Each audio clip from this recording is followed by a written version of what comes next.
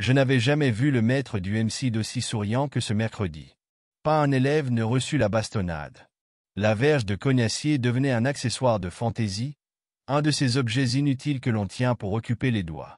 Je récitai ma leçon comme de coutume. Le maître me félicita. « C'est bien, mon fils, tu seras, s'il plaît à Dieu, un taleb mendiant de la science.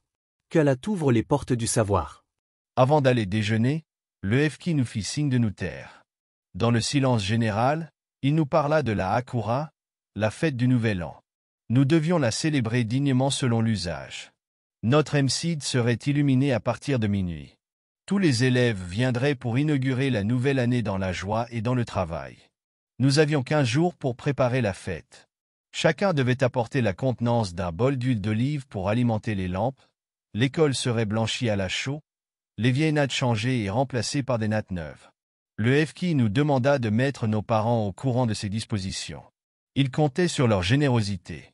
Enfin, à notre grande joie, nous eûmes congé pour le reste de la journée. Quel bonheur!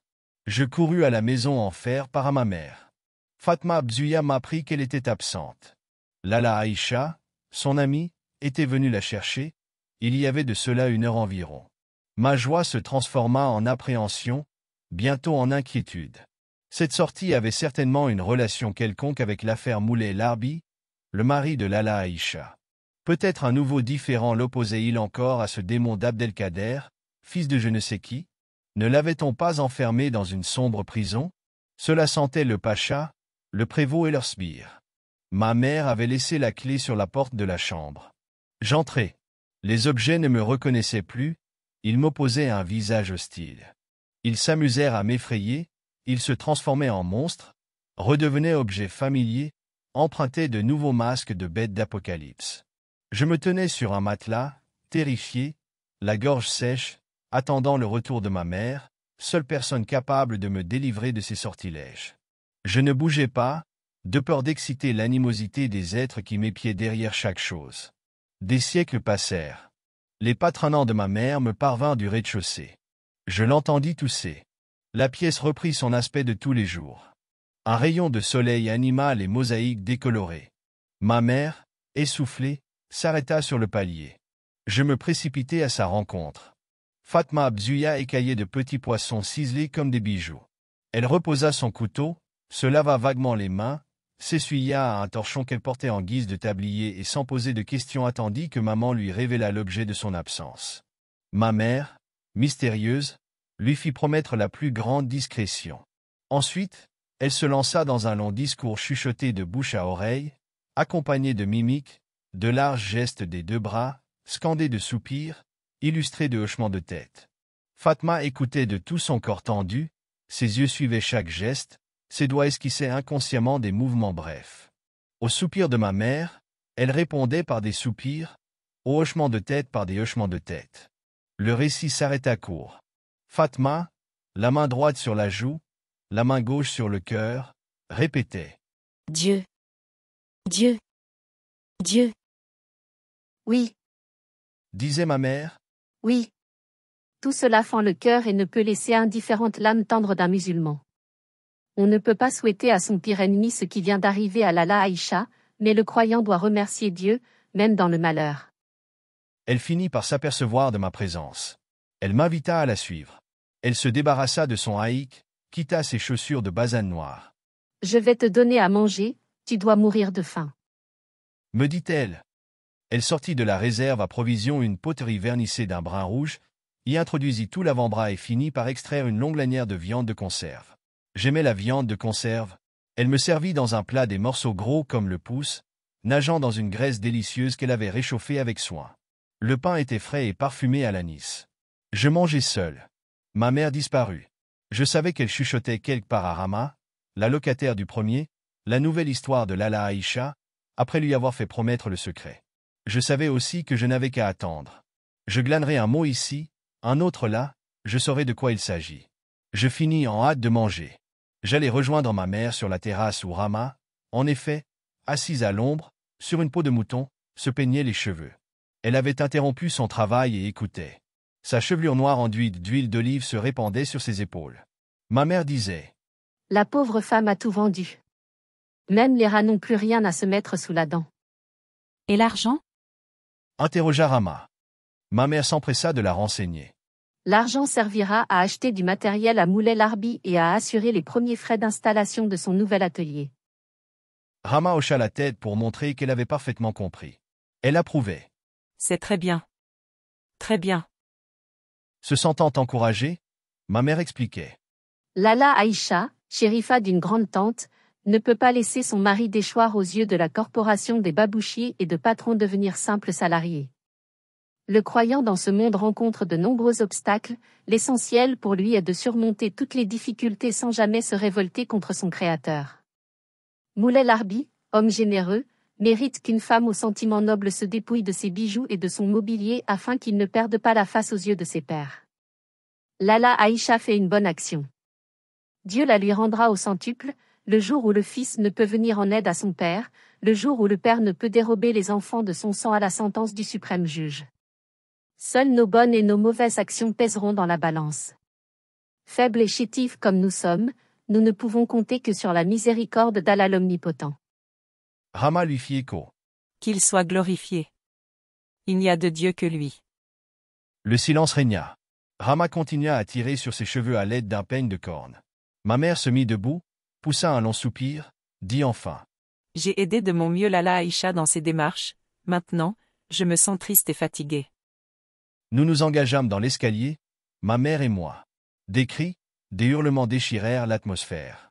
La tempête de pleurs et de vociférations s'intensifia. Le bruit venait de la maison voisine. Nous remontâmes en courant. La surprise passée, des questions fusèrent de partout. Qui est mort?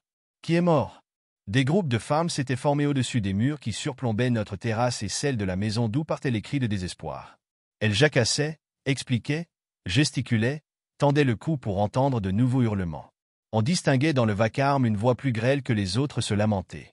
Les femmes arrivaient des terrasses éloignées, sautaient par-dessus les murs de séparation, jonglaient avec une échelle trop courte. Les unes se tenaient à califourchon sur le mur, les autres laissaient pendre leurs jambes. Une vieille négresse, dont je ne voyais que la tête et les deux bras nus d'un noir luisant, agita ses deux mains dont les paumes rosées me fascinaient, elle imposa silence aux femmes. Je sais qui est mort. Répéta à plusieurs reprises la vieille esclave. Sidi Mohamed Ben Tahar, le coiffeur. Il était malade depuis 2 mois. De quoi est-il mort? Demanda une jeune femme qui portait sur la tête un foulard jaune. Dieu seul le sait, mais c'est bien Sidi Mohamed Ben Tahar, le coiffeur, qui est mort. Répondit la négresse. Les femmes restèrent silencieuses. La tête de la négresse disparut. Les mains s'arrêtèrent un moment sur l'arête du mur puis s'évanouirent à leur tour. Tout le monde dans le quartier connaissait Sidi Mohamed Ben Tahar, le coiffeur. Il s'habillait de blanc, portait une barbe rare et sur ses lèvres flottait un éternel sourire. Il faisait son marché lui-même et maintes fois je l'avais croisé dans notre impasse chargée d'un couffin d'alpha. On y pouvait voir les légumes de la saison, quelquefois un morceau de viande rose, des oignons ou de l'ail. Les hurlements s'étaient calmés, le vacarme s'était transformé en lamentation continue sur un ton grave, une sorte de chant au rythme naïf. Ma mère descendit dans la chambre, elle remonta, la tête enveloppée dans une légère couverture. Elle dit à Rama. Je vais passer par-dessus le mur, cela me fera du bien d'aller pleurer un peu. Mais, lui dis-je, emmène-moi, je veux moi aussi pleurer un peu. Non. Décida ma mère. Tu es encore trop jeune et puis tu es un garçon. Tout à l'heure, les récitateurs du Coran viendront psalmodier et tu pourras te joindre à eux. Je veux pleurer. Je veux pleurer. Insistai-je. Attrape. Et pleure pour de bon. Cette phrase fut accompagnée d'un soufflet magistral. Je me mis à sangloter. Rama intervint en ma faveur. Elle finit par convaincre ma mère de m'emmener. Les deux femmes m'aidèrent à franchir le mur mitoyen. Je ne pleurais plus. Je sautais les marches 4 à 4 pour rejoindre les pleureuses au rez-de-chaussée. Elles étaient une vingtaine qui manifestaient bruyamment leur douleur. Par terre, il y avait des matelas et des nattes. D'autres pleureuses arrivaient, s'annonçaient dès l'entrée par des cris stridents. Celles qui étaient déjà à la maison leur répondaient par d'autres vociférations. La femme du coiffeur, la voix enrouée, gémissait, se donnant de grands coups du plat de la main, sur les joues et sur les cuisses. Le spectacle me fascinait au point d'oublier le but de ma visite. J'étais venu pour pleurer et je ne pleurais pas. J'essayais de comprendre ce que disait une vieille femme échevelée. Elle baissait la tête jusqu'au sol, la relevait, chantait en allongeant les finales. Tu étais le pilier de ma maison. Tu étais mon parasol et mon bouclier. Tu étais le cavalier courageux. Sans toi la maison deviendra sombre. Sans toi, le soleil deviendra froid. Sans toi, je n'ai plus Dieu pour voir. Mes yeux ne pourront plus s'arrêter de couler. Mes yeux verseront des larmes de sang. Mes yeux se dessécheront et j'errerai dans les ténèbres. Une jeune femme étrangère à la maison restait enveloppée dans son haïk. Elle répétait sur tous les tons. Ô ma mère! Ô ma pauvre mère! Ô ma mère! Je t'aimais plus que tout au monde.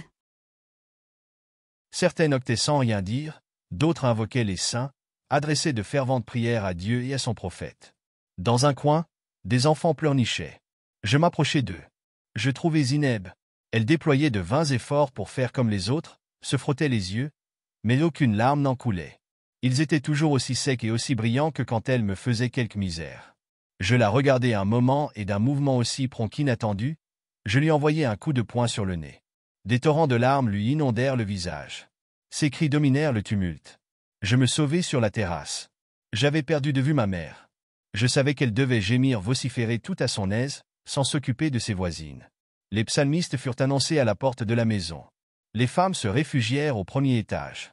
Elles continuaient à pleurer en sourdine pendant que les récitateurs du Coran entamaient un long chapitre. Enfin, ma mère remonta, me prit par la main et m'aida à repasser le mur de séparation. Nous allâmes dans notre chambre. Fatma Bzouya vint demander à ma mère comment allait la femme du coiffeur. Quelles étaient les femmes qui pleuraient? La mère du coiffeur était-elle encore vivante? Ma mère parla de la douleur de la femme du coiffeur, cita les noms de quelques assistantes, avoua qu'elle ignorait l'existence de la mère. Lala Kanza, la Chouafa, de son rez-de-chaussée, prit part à la conversation. Tout le monde tira de l'événement cette conclusion éminemment philosophique: tous les êtres sont mortels, tôt ou tard viendra notre tour. Le bourdonnement des récitateurs nous parvenait à travers les murs. De temps à autre, la femme du coiffeur poussait un long hurlement. Chacun de ces cris arrachait un puissant soupir à ma mère. Je n'osais pas jouer. Pouvais-je décemment sortir mes bibelots? Le jour où Sidi Mohamed Ben Tahar le coiffeur, une personnalité importante de notre impasse, quittait à jamais ses parents, ses amis et ses clients. Tout à l'heure, après les ablutions rituelles, il sera vêtu pour la dernière fois de blanc. Des hommes le porteront sur leur tête sur une confortable civière en bois de cèdre et iront l'enfouir dans la terre humide. La terre se refermera pour l'éternité sur Sidi Mohamed Ben Tahar, le coiffeur. Je rêvais à tout cela, accoudé à la balustrade de notre fenêtre. Une grande tristesse m'envahit. La fatigue s'empara de mes membres. Je demandai à ma mère la permission de m'allonger sur le grand lit. Elle accepta. Je me jetai dessus et continuai à penser à l'enterrement du coiffeur. Je le voyais, étroitement cousu dans sa cotonnade blanche, rigide sur sa civière recouverte d'un toit, voyager sur une mer de têtes enturbanées, dans un concert de litanie et d'invocation. J'avais déjà vu passer dans la rue des cortèges d'enterrement. Parfois, les hommes marchaient lentement, solennellement et chantaient un cantique avec des voix profondes comme des gouffres.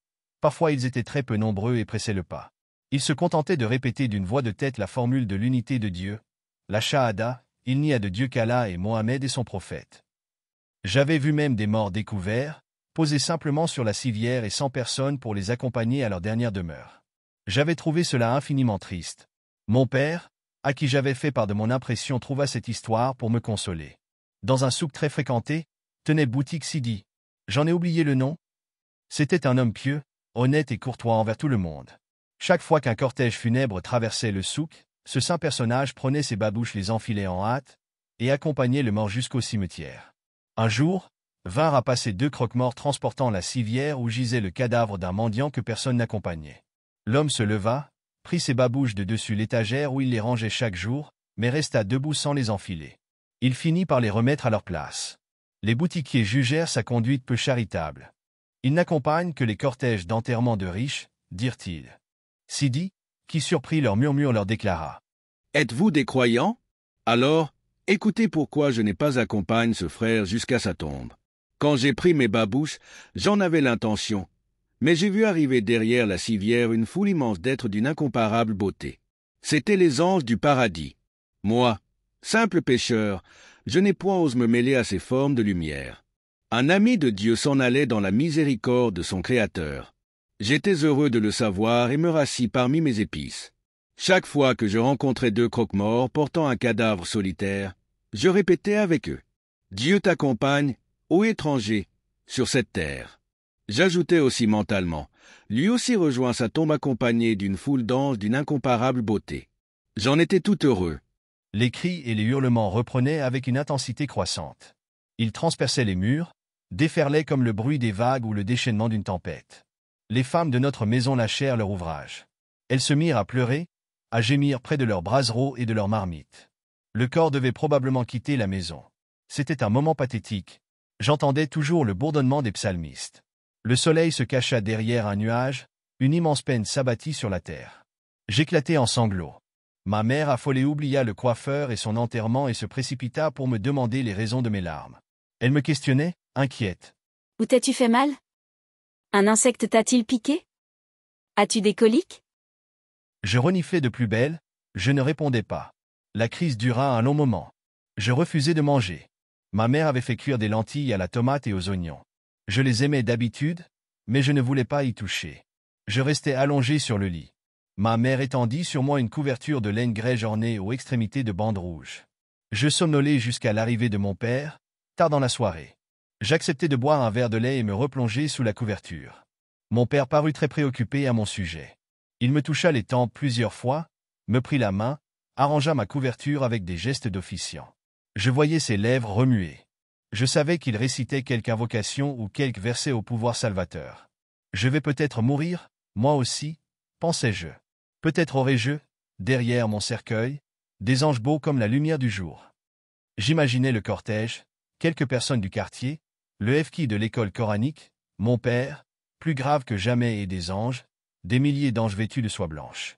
À la maison, ma mère pousserait des cris à se déchirer le gosier, elle pleurerait pendant des jours et pendant des nuits. Elle serait toute seule le soir pour attendre le retour de mon père. Non, je ne voulais pas mourir. Je ne veux pas mourir, criai-je en me dressant dans mon lit. Je ne veux pas mourir. Je rejetai ma couverture et me mis debout, hurlai cette phrase de toute la force de mes poumons. Mon père me recoucha, tempéra par des paroles douces mes angoisses. Ma mère, les yeux bouffis, répétait. Mon petit enfant. Mon petit enfant. Je me calmai, mes oreilles se mirent à siffler. J'écoutais, à travers ce bruit d'eau, ma mère raconter les événements de la journée. La mort de Sidi Mohamed Ben Tahar, le coiffeur, les malheurs de Lala Aïcha, la vente de ses bijoux et de son mobilier. Elle disait que Sidi Larbi Lalaoui allait installer un atelier et se remettre au travail. Elle louait la générosité et le courage de Lala Aïcha, lançait des imprécations contre les hypocrites, les escrocs, les gens sans foi ni loi comme cet Abdelkader, fils de je ne sais qui. Pendant ce temps, entre les franges de mes cils, je voyais descendre du plafond de beaux anges blancs, je distinguais les plumes de leurs ailes couleur d'argent. L'un d'eux posa sur mon lit ma boîte à merveille. Elle grandit démesurément, prit la forme d'un cercueil. Tout heureux j'y entrai. Le couvercle tomba. Dans la boîte régnait une fraîcheur de roses et de fleurs d'oranger. La boîte fut emportée par-delà les nuages dans des palais d'émeraude. Tous les oiseaux chantaient. Je retrouvai les deux moineaux qui chaque matin me réveillaient. Ils discutaient comme de coutume. J'aime les figues sèches. Pourquoi aimes-tu les figues sèches? Tout le monde aime les figues sèches. Oui, oui, oui, tout le monde aime les figues sèches. Les figues sèches. Les figues sèches. Les figues sèches. Une sensation de brûlure sur les paupières m'obligea à ouvrir les yeux. Un rayon de soleil entrait par la fenêtre. Il me tombait droit sur le visage. Les moineaux chantaient les vertus des figues sèches. Que ta matinée soit bénie, mon petit. Me dit ma mère avec un large sourire. Tu vas mieux maintenant, tu avais un peu de fièvre cette nuit. Aujourd'hui promets-moi d'être bien sage. Tu n'iras pas à l'école. Je ne suis pas malade, lui dis-je. Je sais. Je sais. Joue tranquillement dans ton coin. Mange ce beignet, il est tout chaud. Je pris le beignet. Driss le teigneux appela du rez-de-chaussée.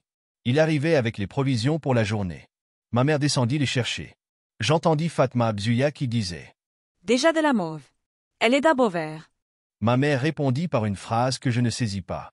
Elle entra dans sa cuisine, remua des seaux, actionna son soufflet, pila dans le mortier de bronze ses épices. Au premier étage, Rama s'affairait sur le palier. Elle activait aussi le feu et pilait des condiments. Quelqu'un chantonnait. Notre vieux soufflet se fit de nouveau entendre. Il était fatigué et ne savait dire que ces mots. Des mouches, des mouches, des mouches. Celui de Rama variait son répertoire. Parfois il prenait plaisir à répéter. J'ai chaud, j'ai chaud, j'ai chaud. Ou alors, je souffre, je souffre, je souffre. Je cessais d'écouter les soufflets. D'autres bruits venaient me distraire. Des explosions d'étincelles roulaient comme des billes qui se répandaient sur le parterre en mosaïque. Fatma Bzuya cardait sa laine. Des phrases chuchotées montaient du rez-de-chaussée. Lala Kanza parlait à une cliente. Un éclat de rire troubla l'atmosphère. Il fut bref et sans conséquence. Un pigeon roucoula sur la terrasse. Il disait des mots si jolis que je souriais aux anges. Je remarquai sur une solive deux mouches se livrer à une poursuite, s'arrêter sans raison puis reprendre leur course à l'aventure. À la porte de la maison, quelqu'un heurta le marteau. « Qui est là » demandèrent plusieurs voix. Qui que ce fût, je n'avais nulle envie de le savoir. Du ciel coulait jusqu'à moi un son frêle, un chant ténu et fragile comme un fil de la Vierge. Le mouden annonçait la prière. D'un lointain minaret me parvenait en larges ondes la formule « Dieu est le plus grand ». Le chant mourait, se fondait dans le bleu du ciel, renaissait, s'affirmait avec une certaine vigueur, se dissolvait de nouveau dans l'air du printemps. Un gros bourdon, d'un noir métallique, se laissa choir par l'ouverture qui dominait le patio, claqua contre le mur et se projeta violemment par la fenêtre de notre chambre, sur le verre de la lampe à pétrole. Le verre tinta mais résista au choc. L'insecte sortit avec autant de précipitation qu'il était entré. Cette visite m'enchanta. Je me mis à rire et à taper des mains. J'épiai encore un moment les bruits de la maison, mais ce jeu me lassa. Ma mère revint me voir, me sourit et satisfaite sans doute de l'état de ma santé et de ma grande sagesse, repartit travailler dans ses seaux et piler ses aromates. Pour m'occuper, je récitai le peu de Coran que je savais, d'abord à mi-voix, ensuite de toute la force de mes cordes vocales, je scandais les mots du livre saint avec passion. Ma mémoire tarit. J'hésitai un instant avant de reprendre, avec plus de ferveur, ma psalmodie. J'inventais mon propre Coran. Des mots sans suite et sans signification prenaient leur vol, tournoyaient dans l'atmosphère de la chambre, jaillissaient vers le ciel comme des essaims de papillons richement colorés. Ma mère vint encore me voir. Elle me conseilla moins d'ardeur dans mon chant. Je pouvais avoir un accès de fièvre. Elle tira de sa robe une chaînette de cuivre rongée de vert de gris et me la tendit. Ajoute ceci à tes merveilles. La chaînette délicatement travaillée absorba mon attention. Je la contemplai longtemps. Je décidai de la nettoyer. Je savais transformer le cuivre, cette vile matière, en or pur. Je sortis sur le palier. Dans une boîte de conserve cabossée, je découvris du sable fin qui servait au nettoyage des tables rondes et des plateaux à thé. Je m'attelai à l'ouvrage activement. J'en avais mal aux doigts quand le résultat attendu parut à mes yeux. J'effectuai de nombreux rinçages dans un seau d'eau noirâtre où nageait un petit balai de doum. Ma chaîne se changea en bijou d'or. Je l'enroulai autour de mon poignet pour en admirer l'effet.